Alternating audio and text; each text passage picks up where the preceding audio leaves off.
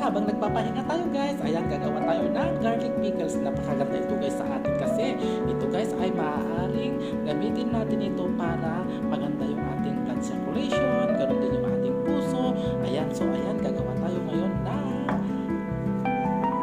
atsara or garlic pickles with honeybee. Ayan, napakasarap ito guys. So ayan, balatan natin. So ayan guys, gagawa tayo ngayon ng garlic pickles na may kasamang honeybee. Ayan, napakaganda ito guys at sa ating puso at ganoon din sa ating blood circulation. Kaya gagawa tayo guys ng ating garlic pickles. Ayan, balatan natin guys.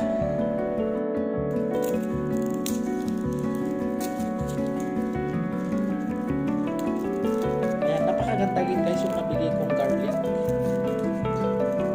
Ayan o.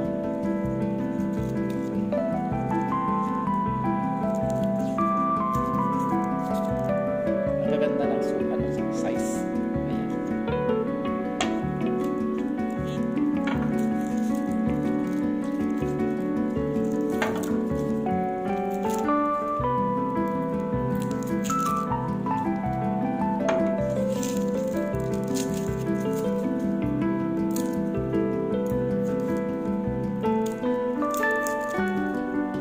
Nakagawa na ako guys ng solusyon. So ang i-add na lang natin mamaya ay yung honey beef.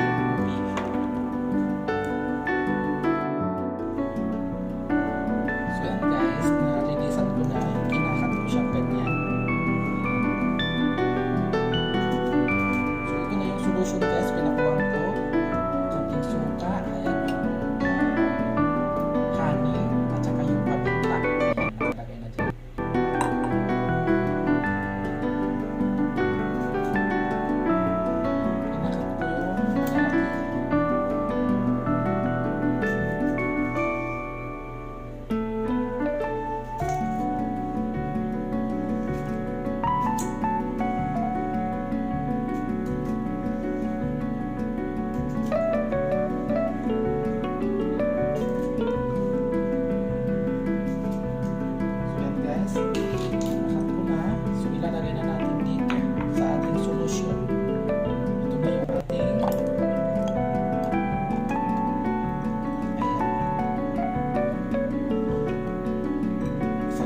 Solution siya guys.